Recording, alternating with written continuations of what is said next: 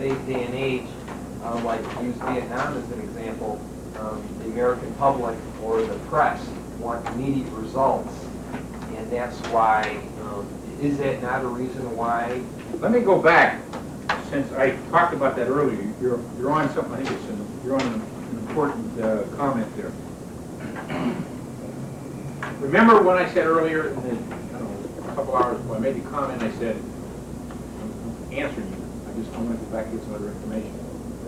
I made the comment that where Weinberger said, you know, we're not going to get any more conflict unless we have the support of the American people. Remember that? But you're touching on this right now. And then I went back and said, yeah, but in Vietnam, when we started that war, we had the support of the American people at the beginning. Which raised the question, what happened? Why did we lose it? What's the thing you're touching on? So what happened? Why did that all drain away? Because we put out, I'll tell you what happened. You look back. We put out all these phony reports of all the progress we were making. The press got wise to that and started printing it back in this country. Plus the fact, remember, we had that one-year rotation policy. People going over and back, and they're coming back. All those, their comments say it's not working. It's diffusing throughout our society. We couldn't stop it. Because the guys are coming back. They're even talking about it. So now we have a mismatch between what the government is saying and the events as they're playing out. Support went right to the floor. You've got 11. In World War II, nobody said that war was going to be over early. In fact, Churchill said blood, sweat, and tears. Couldn't even promise them victory. We really made the enemy look bigger than they were. We said, God damn, we're going to have to work this problem, otherwise we're not going to make it. We in Vietnam knew we had all the resources. We were on top. We didn't call up the reserves, didn't get everybody's support. Plus we started lying when our goddamn progress wasn't going good. El Tubo. Why do you lie? Do you think we have a little disinformation going on from the other side? Yeah, I mean, we probably, and you're always going to have that. Everybody says, you know, the Russians are always pumping out disinformation. You think we go around the world and tell the truth to everybody? We didn't even tell the truth to our own people. We said we were succeeding when we weren't. That's disinformation. And I know that's not pleasant to hear, but that goes on. You've got to face up to it. I'm trying to tell you. You don't correct your mistakes. Why did that happen originally when the people were still behind the bad information? Remember, what about let me go back one point before I hit you. Hang on to your question. Let's go back an example. I know it's hard to accept. Let's go back to DIVAC. The Army went out with the blessing of the Pentagon. They put this tape out. They even gave a copy to Denny Smith, which they showed these drones going exploding in the air. Look at that thing's hitting accurately. They forgot to tell the guys they were command destructing those from the ground. That's disinformation. But then when he was told that happened, he came unglued. And he should have. Then the word got out, the whole press got it, they command destructed those drones. End of DIVAC. So don't say we don't pump out disinformation. We do. Now, I'm not saying you shouldn't have deception in war. You may need it. But it goddamn well better work, and you better understand what you're doing before you get into it. It's going to be there. But when you're in a situation where it's going to drain out over time, and you're putting this stuff out, you know, that's eventually going to get out. And particularly so when we had these one-year tours, people are going there and coming back and saying, geez, this sucks. And they're talking, and of course they're talking to everybody and their friends, and the press is over there getting it, pretty soon the whole thing come unwound. Campaign example would be you put out information on polls that wasn't true. And there are 3 or 4 other polls come out that are just diametrically opposed to what your campaign has done. Say again? Or would you say that is Yeah, not too good. Particularly if they look into it and say, geez, this is a rigged poll. It's a phony device. Because they'll start going, well, how did they poll? What were their techniques? Found out it was took a narrow sample or something, or what he calls selected group, in order to make it look good. In other words, rig the poll so you get the results you want. Just like you rig the test so you get the results you want.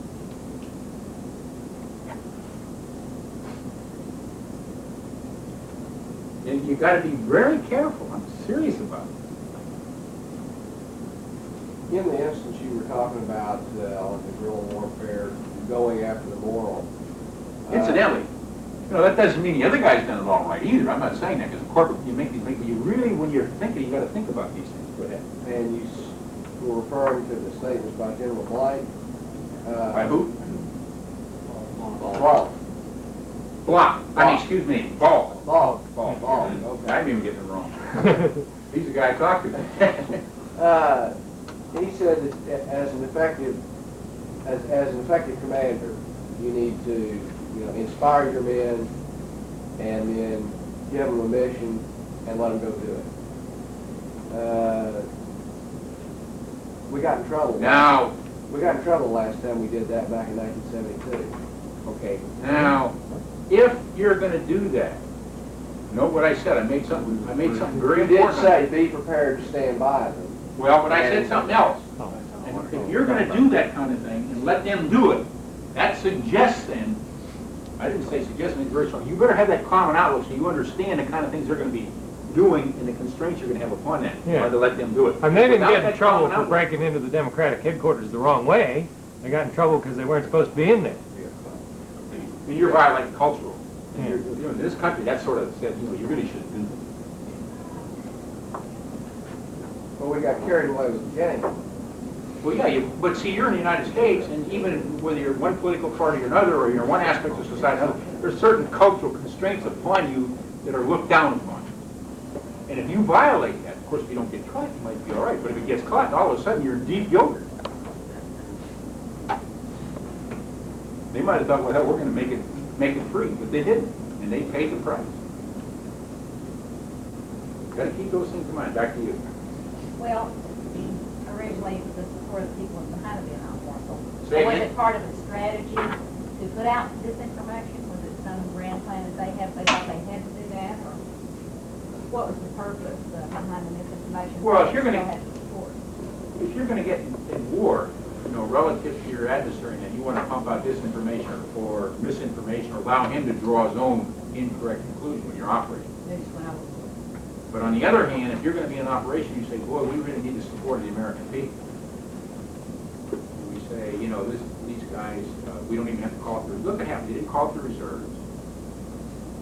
And they said, we can operate this economy, full blow, plus we can fight that wasn't even a war, just a two-bit thing over there. And a one-year tour. Well, if that's the case, how come we didn't answer? See, that's one important thing why the draft, I think, is important. I know it's unpopular. The draft and calling it the reserves, what you do when you do that kind of thing, see, the people say, hey, this is kind of serious. And then don't underplay what you can do. They say, we really got to pull this one together.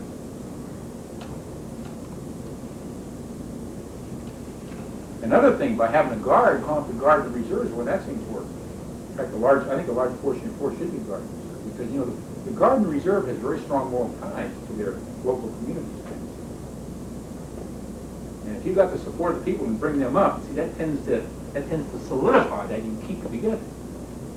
And if you do that, then you have a greater option for playing deception campaigns, because now people won't say, "Oh, we got to be careful. We could lose this thing and make us look like a bunch of jerks." But you bob up, well, this is really no great thing. You have your Cadillac, you have this, and you have a little war going on. In World War II, there was no doubt. Everybody knew that, hey, we may not make it, so we better really lean into this. I remember it very vividly. We had ration cards, couldn't get gas, couldn't get this. Of course, we had an opponent where that was easy to do, a guy by the name of Adolf Hitler. That helped a lot, So if you make your opponent look like Hitler, you got a lot going for you. But it's got to be compelling. But see, the point is, we went in there with the support of the American people. Then we pumped out all these phony stories of how we were doing. It wasn't paying off because we wanted to be able to show progress. So it didn't And that's relating all this to what we did in campaign. So that was a bad decision on their part. They put out too much bad information at the wrong time or whatever, and they never backed away from that, right?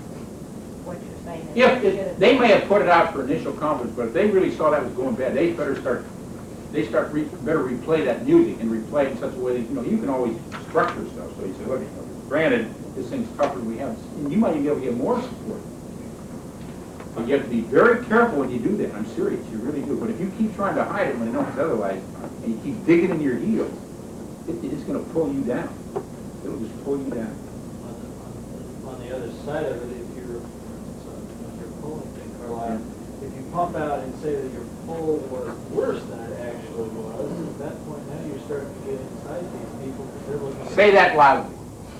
You're saying something very important. I want to amplify that. You're saying something very important here. If, for instance, you get a poll and you're, say, 45% or something, and you have a press conference and say that you're only at 35%, the other guys are looking at their poll and say, wait a second, what kind of poll is that guy looking at? That sets them to thinking what's going on, confusing them. Let me give you another aspect. I'll let you in a minute. There's one of the things that we've done to people I've operated against, and some people have a hard time doing, once they see they have success, they want to take every little bit of it. I said, wait a minute, the data is not that accurate. We know that. I'm talking about like in engineering and airplane. I said, look, let's understate it, goddamn it. We know no matter how we look at it, this is okay.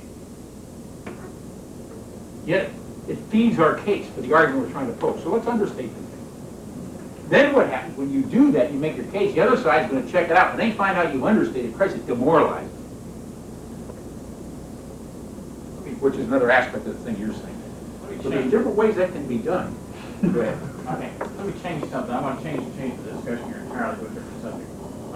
Because it's a problem that I've encountered in campaigns. We're talking about entropy, which is kind of the natural dissolution of everything. That's the way it goes.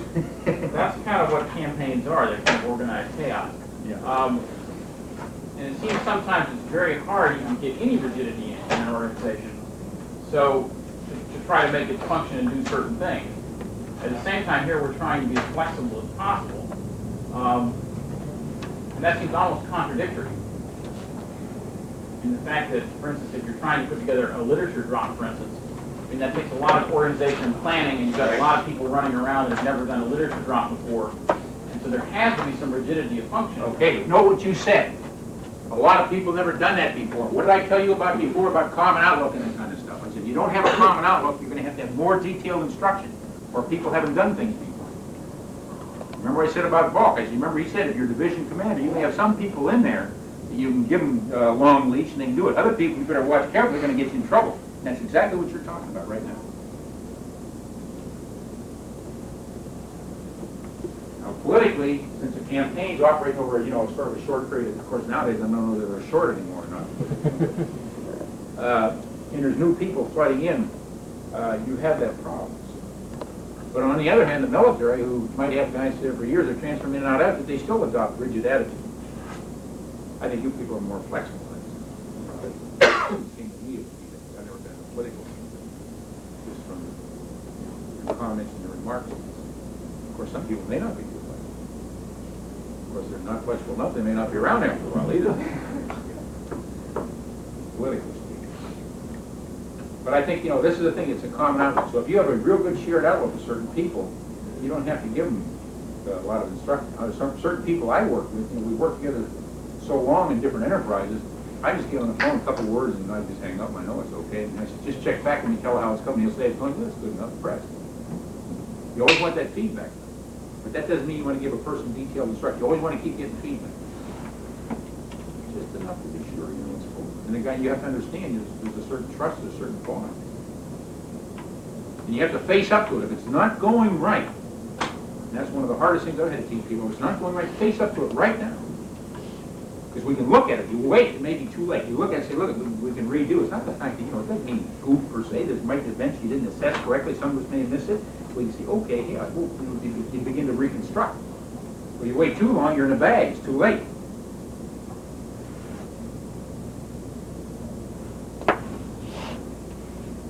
And that's why I talked about those informal loops before. You want informal loops. So, because what you're doing by having those informal loops, you're not only getting your formal perspective, you're getting other perspectives, and then you can start meshing together, see if they tie together, so you get a better overall image of what's taking place.